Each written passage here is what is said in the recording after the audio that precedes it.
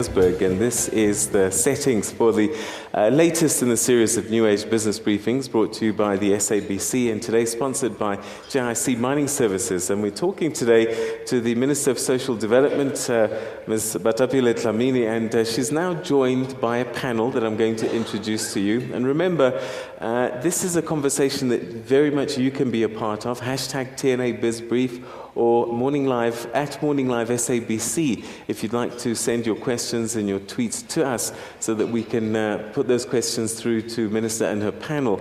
And as I said, this is usually a scenario that doesn't play out in many countries in the world where you have a live interaction with government ministers in this way. No holds barred. Whatever's your concern, today's the day to raise those issues. And we also have a live audience here at this particular venue, and among them we also have a number of important people, including the Deputy Minister, Ntuli. Thank you very much indeed, Ms. Maria Ntuli, for joining us, and also MECs as well that are going to be participating in this conversation. I also believe we have DJ Sbu, who's also very much involved in education. I'm going to chat to him a little bit later on as well. But first, let me introduce our panel to you and say thank you very much indeed for joining us. You've met Minister, pleasure to have you. Thank you very much indeed for being with us. Next to you is the Chairman of the National Development Agency and very much a key person in terms of this launch of the Adopt a ECD campaign, Malusi Kekana. Thank you very much for joining us. Welcome to you. Next to you, you have the CEO of the National Development Agency, Dr. Velwa Nhlapo. Thank you very much indeed and welcome to you. Thank you for your time.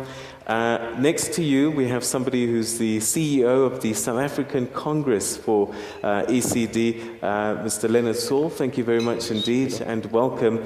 And also next to you is Ms. Connie Nxumalo, who's the Deputy Director General at the Department of Social Development, specifically focused on welfare services. Thank you very much indeed and welcome to you. Minister, perhaps, I know you wanted to say a couple of things more. Maybe let's just start with you. Thank you very much, Peter. I think I was too tense at the beginning. I forgot to...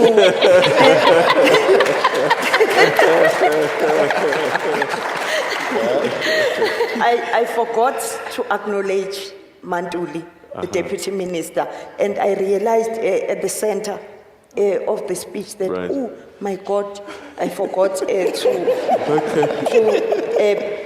acknowledge as well as Mantombela, the MEC of the Free State, and Umam Chotelo, the MEC from the Northern Cape, Moshin, who has partnered with us in this endeavor, and the DG of Social Development, Mr. Pakate, and JIC Mining Services.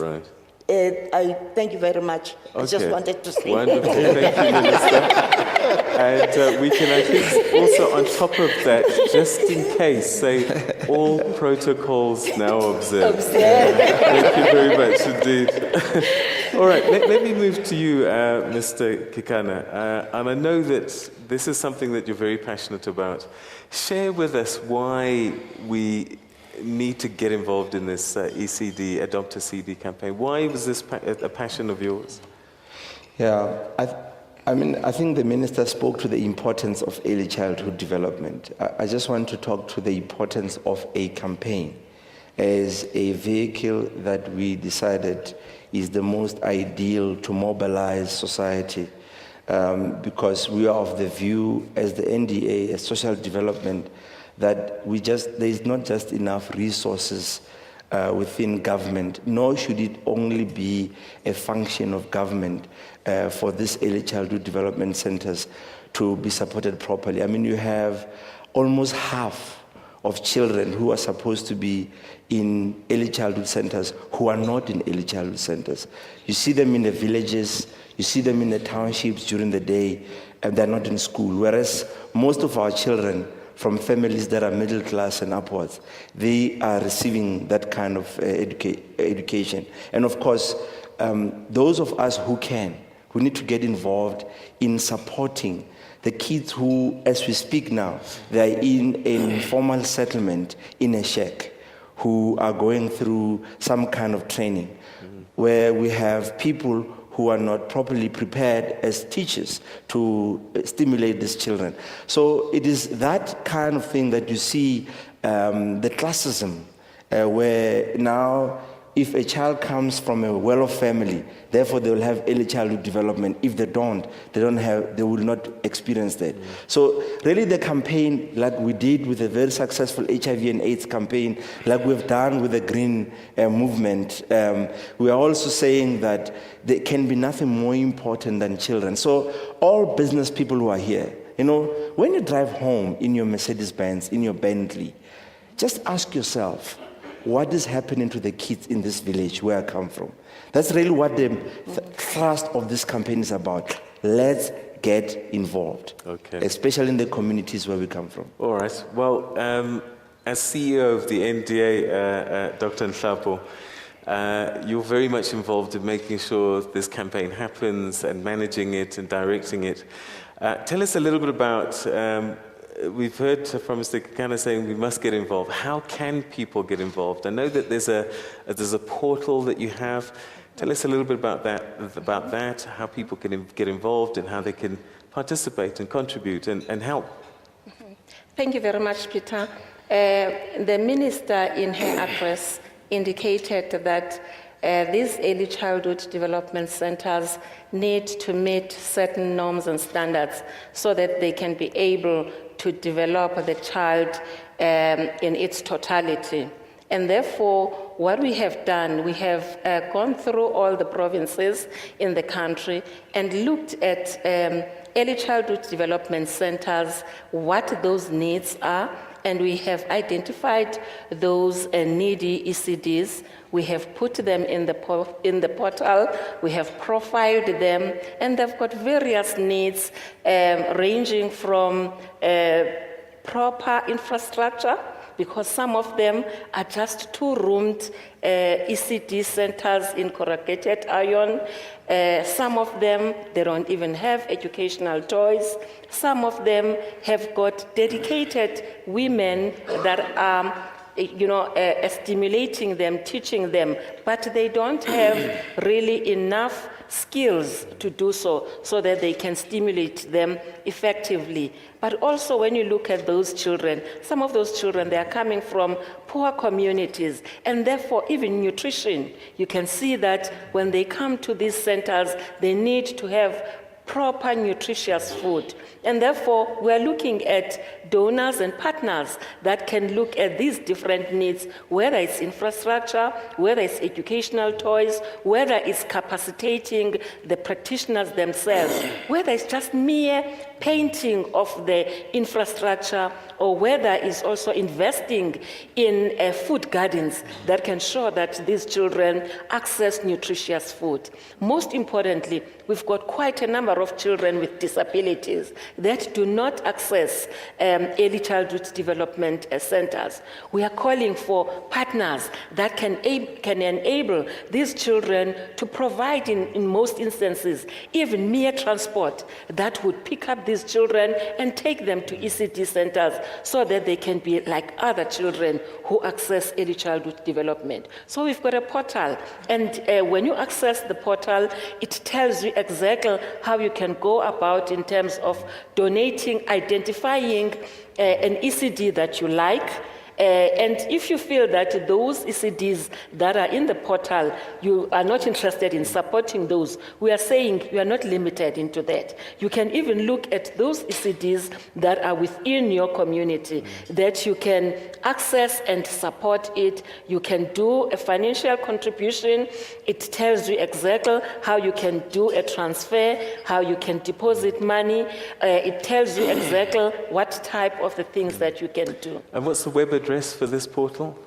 Pardon? What's the web address for this portal? The website for the portal is www.ecdcampaigns.org.za. All right, we're going to try and put that up on our screens during the course of the program as well, that people can get involved. Okay, so we've been using this acronym quite a bit. Leonard Saul, CEO, South African Congress for ECD. early childhood development. And you're at the rock face of this. And, you know, some of us grew up calling them nursery schools and creches and so on and so forth. But I suppose early childhood development is an all-encompassing kind of concept. Take us through that. I think we've heard about the state of a lot of the ECDs. Some are resourced, some are very poorly resourced. But take us through this idea of early childhood development. What are the facets? What needs to happen in that space for us to develop these full human beings, the full potential of all our people? Thanks, Peter, Minister, Deputy Minister. I think the critical thing is when we look at the definition of early childhood development, we talk about care and services for children birth to 9 years old. Why we've included 9 years old is that children from farms go to school later on.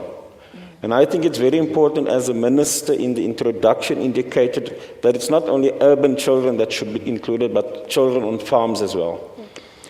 Secondly, I think we need to establish that as a child grows, and our Minister has indicated, our concern is now about the first 1,000 years of a child's life. The 1,000 years is comprised of 265 days from conception to birth, and then the first 2 years, 365 plus 365. And I think it's important and critical that we as a nation really care for those children, because if we don't catch those children as early as possible, and as you know, what happens in our society with the large poverty gap, high rate of unemployment, it is very important that both parents try to work. And sometimes children are left with siblings, left with older people, and that's where child abuse actually takes place. So that is our first period. The first 1,000 years. Then a critical 2 years, as the Minister has explained, is the ages 3 to 4 years of age. And that is the moment that some of the people in the audience are colleagues. There's an organization called Brain Boosters. They talk a lot about the development of the brain at that early age. And I think if we don't give our children exposure as soon as possible, later on in their developmental years, when they go to schooling, we have gaps in terms of their understanding. The Department of Basic Education has taken the responsibility for the grade R, the reception year. And the intention is that by 2014, about 1 million children should have universal access to early childhood development. I think the number currently stands at about close to 900,000 children that have access. So that's a critical aspect. How do we care for our children? But moreover, we need to look at people who are caring for these children, and those we call practitioners. And as the Minister said, most of the profile, it's about 99% of people who look after children. It's only myself and the chairperson. We're actually a rare breed in this sector. But because of our concern for the sector, our practitioners at this moment range from about 21 years to retiring age. Most of them can't retire because there's no provision made like Provident Fund and pension, and that's a big concern for us. But moreover, many of them are not trained. When we look at the SAQA, National Learner Records Database, there's only about just slightly over 25,000 of our practitioners who have at least a level 4 or a certificate or diploma beyond that. And our estimation, there could be around 60,000 people looking after children in ECD centers. And hence, as the Minister said, the importance of the audit that's currently taking place, the infrastructural audit, so that we at least know what are the conditions of our centers, how many children are actually accessing it, how many practitioners are actually in the center. So for me, those are the important things, and I think what has now happened, I'd like to end with this before you stop me, is that we now have an ECD policy that's being developed, and I think it's one of the most important developments for us, and programs that goes with it, and especially since the Minister said, and we're so glad that at Mangaung, ECD was identified as a public good. which I think augurs very well for the sector. All right, okay. And then perhaps the final word before we take another quick break. DDG, Connie Ngumalo, we heard Minister talk a little bit earlier on about the ECD audit and I guess sort of standards, norms that need to be in play. Do you want to take us through that a little bit so we can get a better understanding of these ECDs that hopefully we're going to adopt? Yes, Peter. We currently engaged in an ECD audit countrywide. We have already started in August. We plan to finish around February.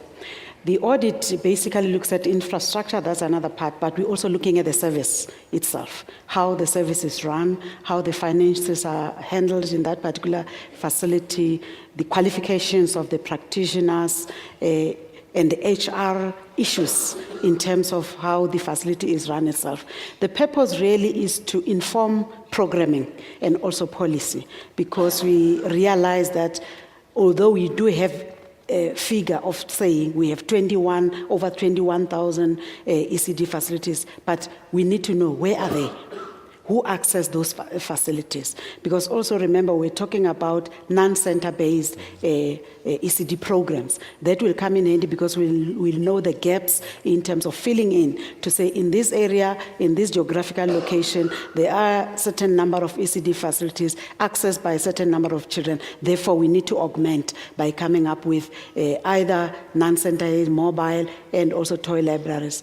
Also, the audit will assist us to link with the Adopt an ECD campaign, because you will find that you will discover as you do audit unregistered ECD facilities. We are calling on all unregistered facilities to come forward so that we can assist them to meet bare minimum requirements so that at least they can get conditional registration, which will enable them to get assistance. Because if you are hiding, we will not know you and will not be able to assist you. So if you come forward, we'll be able to link you with the audit or even assist you to meet the bare minimums and also maybe consider subsidizing you so that you can really jack up and be able to meet requirements. All right, okay. I think this is a great place to take another pause for thought. You've heard the first thoughts that have come from our panel and Minister, and we'd like to get your thoughts at home as well, and also from our audience, and we're going to go straight to them right after this. So don't go away.